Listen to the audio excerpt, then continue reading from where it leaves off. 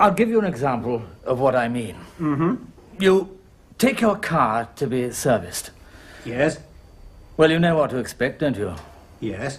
You'll be without your car for at least 2 days. Now, don't ask me why. Very likely because the chief fitter uses it to drive his daughters back to finishing school. When you do finally go to collect it, the bill will be twice what you've been led to expect, with no plausible explanation. It won't run quite as well as it did before. Something major will go wrong within a week, and there's a great swathe of oily polythene all over the driver's seat to prove the mechanic sat there when he had his sandwiches. Here. Well, this isn't a very satisfactory state of affairs. No. But there is the other side, isn't there? I mean, would you want to be a motor mechanic? Oil ingrained from toenail to hairline, Monday morning to Friday night. Cut and bruise from banging into bits of car all day.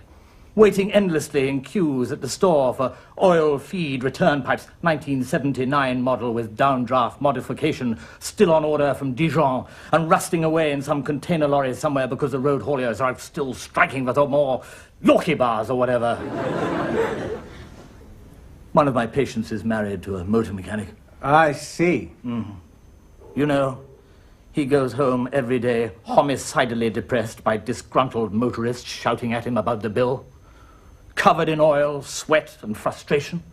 She complains about washing his overalls, and they have rows because he always leaves the fairy liquid bottle in the bathroom, covered in great black finger marks. Anyway, the marriage is breaking up now. The wife can't stand the oil and the depressions. Oh, no. He had an affair with the garage receptionist.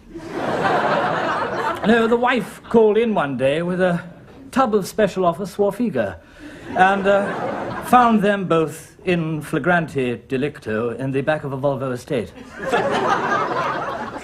He said they were testing the suspension. I think it was as much that witless excuse as the infidelity that inflamed her. She gave the Volvo a terrible kicking, put its lights out. Unfortunately, it was the boss's car. He came in just as she was putting her stilettos through the quartz halogens.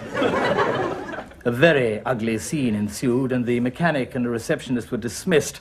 So they're going to an industrial tribunal, and the wife, my patient, is going to court. Which is a great shame, because she was coming on very well till then.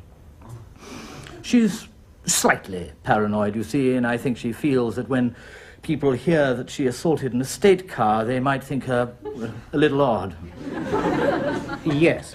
You see, that's how I see the motor trade. Not infidelity in Volvos, I don't mean, no, but the balance of initial expectation and the reasons for its disappointment. Now, applying that to our situation, you are a worried man. Oh, yes. You are worried about the possibilities of dreadful disease, of suffering pain, of aging, dying. You have fears of inadequacy, failure, sexual incompetence. You feel guilty. You totally lack energy, drive, or purpose. You dwell on the enormity of human suffering and the hopelessness of our plight. Okay? Yes, I think you've got the full set there. And how old are you now? Just coming up to 36. Ah, yes, so you're worried about being 40, I suppose. Well, It is a very worrying age in many ways. Really? People get very upset about 40. You know, take stock. Have they done well in life? They always think they haven't. Their youth is incontestably gone. They are undeniably middle-aged now, and they face the certainty that it's downhill all the way from then on. Yes. Oh, God. Oh, I got one poor chap's been made redundant at 40. A terrible double blow. Working life probably over. God, redundancies. So many at the moment. An awful lot. Dreadful thing. Man's whole life, everything he's worked for, suddenly thrown away. Imagine how he feels. Not to mention all the kids who will never work. Have you thought of that? God, I don't know. Things are in a pretty bad way, it seems to me. Anyway, back to you and your expectations of me. What is it you hoped I could offer you? Oh, I hoped you might be able to cheer me up.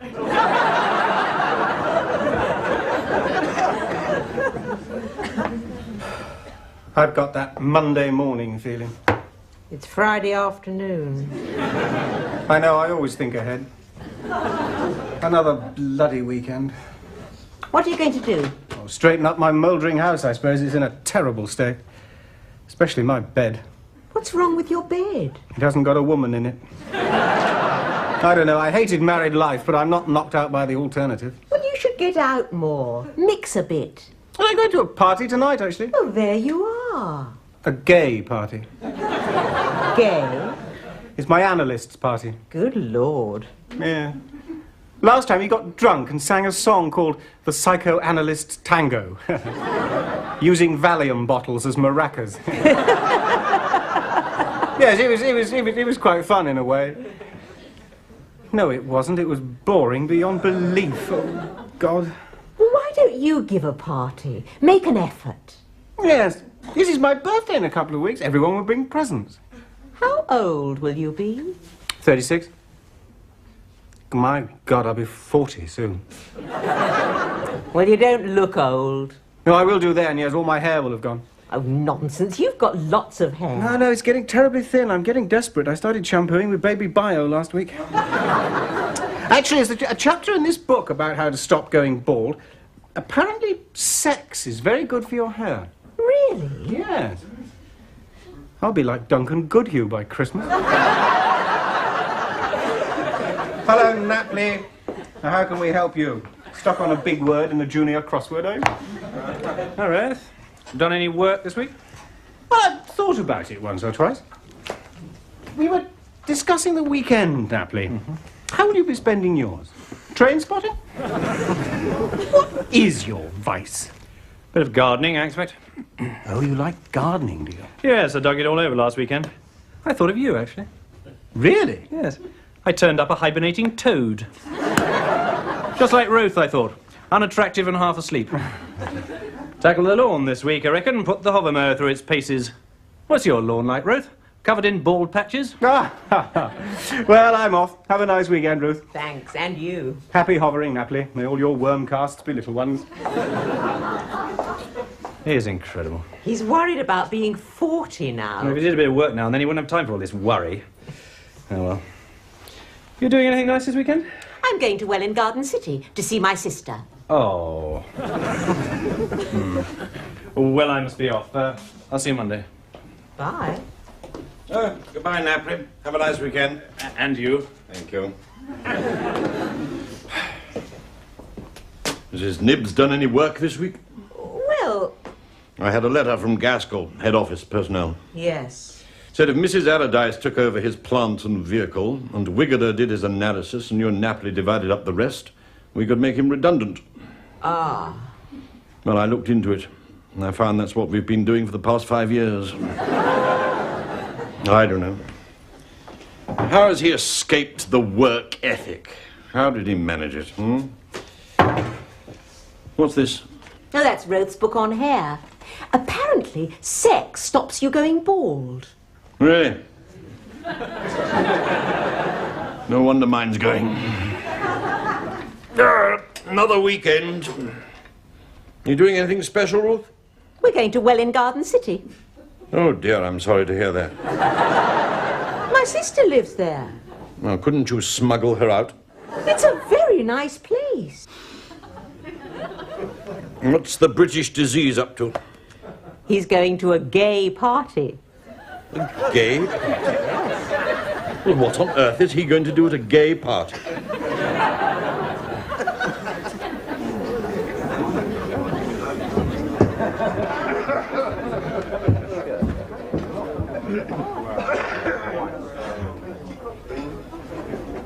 Are you hiding here?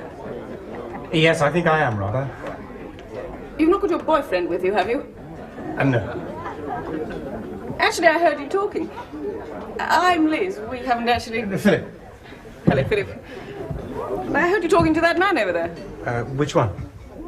The one in the loose-fitting midnight blue toupee. Dr. Franklin, yes. Yes, it's not a terribly convincing wig, is it? Convincing.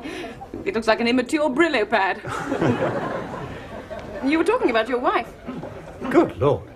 Yes. He asked you to say what was the best thing about your marriage. Oh, yes. And you said punching your wife. Ah, it's a pleasure now denied me, alas. Really? Yes, we're divorced. She got sick of being punched? I didn't actually punch her, you know. I mean, I wanted to most of the time. Are you an undercover agent for a battered wives charity? No. It's just your having or having had a wife does rather set you apart. You do realise we're the only non-gays here. Yes, I think we're the token straights. Yes. But quite apart from feeling so irrelevant, this is a very boring party, isn't it? I mean, it's dire. The last one was worse. You've been to one before. Uh-huh. The really grim point was Simon singing this stupid song, and we all had to join in. Well, he won't be singing now. I think something must be wrong. Why? He's just come in with 2 enormous jars of pills.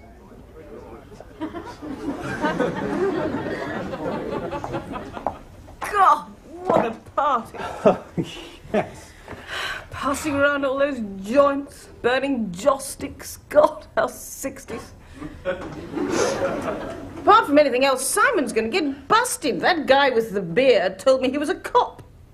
But the one in the gay-lib sweatshirt? Yes. Oh, yes, he is a policeman, yes. Douglas. Yes, it was his dope. He's been having an affair with this chap in the drug squad. He gets good stuff. Are you telling me the truth? Oh, yes. Simon's often told me about Douglas. My word. Aren't our policemen wonderful? Well, Douglas is okay. My word, how worldly. And he seems so young. Didn't he just, yeah. Mind you, ever since I passed 30, this has seemed increasingly true of policemen. You would like some coffee? Please. Are you going to go bald? Well, not tonight. Black or white? Oh, black, please. Oh, see, I don't know if I'm stoned or Brahms and Liszt. This is a nice place. If you think this is a nice place, you're stoned. Oh, it is. Yes. Kitchen's smart, isn't it? Yes, I did most of that. Really? On your own? Well, no, I suppose Ellen helped. She always did her bit when it came to DIY. Did she? Oh, yes. Whatever it was needed doing, I'd do it, and then Ellen would explain what was wrong with it. I make her sound absolutely awful, don't I? Yes. Well, as long as you're getting an accurate picture. You see, you knew what to expect. I didn't. I was in one group early on. This guy kept looking at me, showing so much sexual interest. It was like a Desmond Morris film. Talk about body language. He's giving out more signals than the Hooray Light Tower automatic weather station. I really thought my luck was in till I saw that 7-foot black guy behind me. Yes, my moment was that rugby player, Geraint. He staggered over to me with a pint mug of bull's blood in his hand, and he wasn't holding it by the handle, so you knew he was butch. Within a matter of moments, he was being extremely complimentary about the texture of my trousers. What did you do? And I was utterly nonplussed. I really didn't know the appropriate etiquette. I don't think it's an area that Barbara Cartland has covered in any great detail. After a lot of stammering about, I eventually came out with the deathless line, "I'm sorry, I'm hetero." What did he do? Well, he looked at me like I was a cracked sewer pipe. As well he might. God, I felt so guilty. Well, why did you go? Well, Simon insisted. If I didn't, he'd have sulked, and all the next session he'd have told me all about his wicked mother and his unhappy childhood. Oh, you get that as well, do you? Oh, yes. How do you know, Simon? Oh, well, I went to him because I'm a bit paranoid, you know. I get obsessions about things. Oh, what things? Well, like my nose being too big. Oh, yes. Could you express surprise that I think my nose is too big, please? It reassures me. Oh, well, yes. I mean, it is slightly large, so what? Exactly. A bit pointed. Well, I mean, I could burst balloons with it. I don't think your nose is too big or too pointed. Well, you must be blind then. This has got a lower drag coefficient than Concorde. Well, I honestly can't say that from here... I mean, I'm not worried about it. It's just a little physical thing, you know. Like you going bald. Yes, yes. Well, you're not worried about it, are you? Yes. Well, it's not much, just a bit. You know, at the crown, your skin started to surface. Well, you're not going to be like Donald Pleasance or anything. No, no. Not for ages. Do you know what I was thinking at that party? What it must have been like years ago, being gay. Oh, don't. I mean, all that queer business. Blackmail, being locked up. And what for? I mean, Simon and Gerald, such a nice couple. So happy. Just like an ordinary married couple. Oh, I think they're happier than that. You don't have too much time for marriage, do you? I had 9 years for it. 9 years, 3 months and 17 days. Yes, I do know what you mean. It's quite amazing what you can discover you're capable of. How do you mean? Well, when I heard you say you hit your wife, I'm afraid I did take you literally. You see, my marriage came to a rather violent end. Very recently. Oh. Yes. I'm ashamed to tell you this. But I'm probably the only woman you know who's being prosecuted for causing actual bodily harm to a Volvo estate.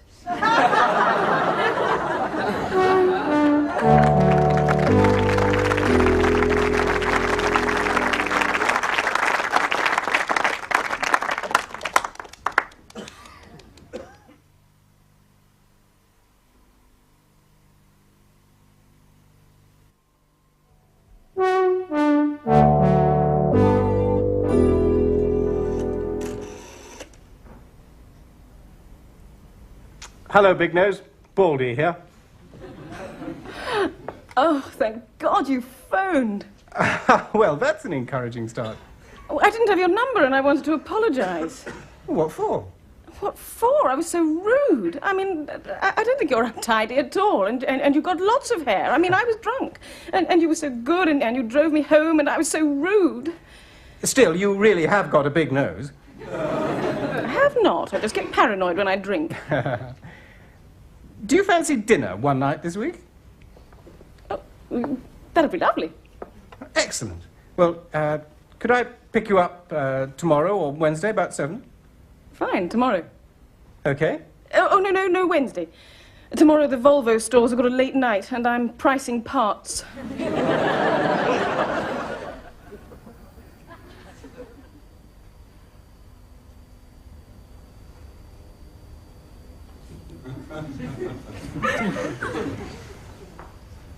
Just seen this chap, you know, has a recurring dream. Oh, yes? Actually, he dreams a lot, a very great deal. Has very bizarre dreams, which may well be of a help to us. Yes. A help in the therapy. So he recounts them all, you know, in careful detail. Mm-hmm. God, it's boring. Oh, dear. Nothing more boring than other people's dreams. No. Then he goes on about his childhood without being asked. I mean, God, when it comes to unhappy childhoods, I could tell him a thing or two. My God. I mean, my mother... Yes, made- yes, you mentioned, yes, yeah. Oh. Enjoy the party, did you? Oh, very much, thanks. Yes, it was great fun. Yeah, I thought it went off well. Geraint misbehaved himself as usual. Geraint. That Welsh wing forward. 2 glasses of bull's blood and his groping everything in trousers. Very embarrassing. Makes you realize what women have to put up with. Yes. Bit of excitement after you left. Really? We were raided by the drug squad. No. tell you something else. Most amazing thing.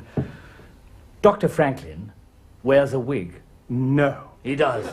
Extraordinary. The police were hammering at the front door, so Dr. Franklin nips out the back. And there's this policeman there who grabs him by the hair. Well, he's left holding this doormat. Dr. Franklin looks like... Donald Pleasant. Exactly. He was most upset.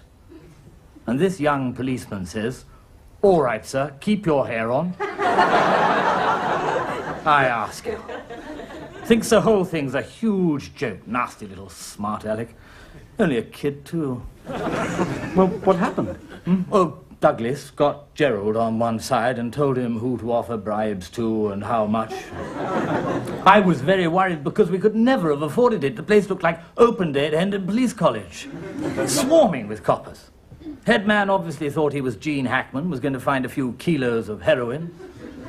All looked a bit ludicrous when this young policeman held up this little brown lump the size of a pea and said in a triumphant voice, "I've got it, sir."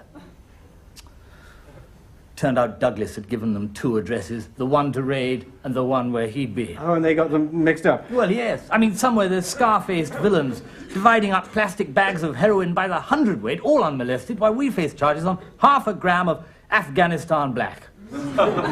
Afghanistan? Yes. Well, Gerald always asked for Afghanistan, you know, to support the freedom fighters. Yes. Well, what happened? Nothing. Turned out to be curry powder. Curry powder? Yes. We'd all been sucking turmeric smoke into our lungs all evening. Good God. Yes. Something I don't understand, though. What's that? Gerald got as high as a kite on it.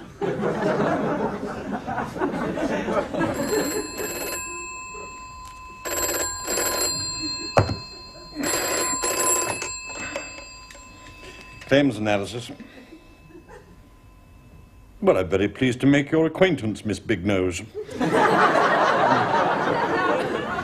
Well, I'm not completely bald, actually.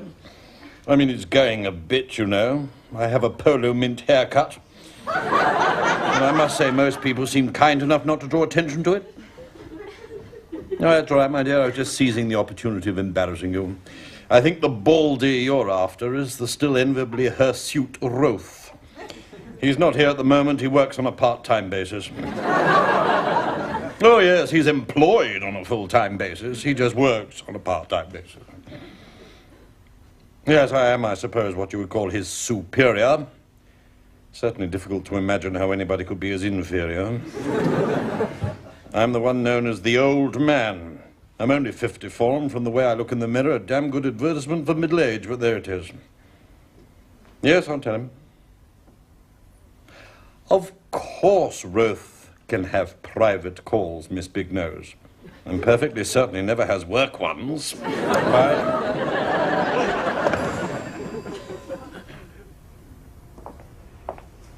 That was Simon. Oh, yes? How is he? He's fine. He's heard about us. Oh, yes. He's very pleased. Oh, good, good. I mean, I told him we were both Laid back. low-key about it. Grown up, been hurt once. Yes, yes. You know what we're doing. And he says it'll be really good for both of us. Oh, yes. And I told him about the Volvo Settling out of court. and about the divorce being uncontested, and he's really pleased. Well, good. Also, he knows it's your birthday on Wednesday. Aha, so he's giving us... A party to celebrate.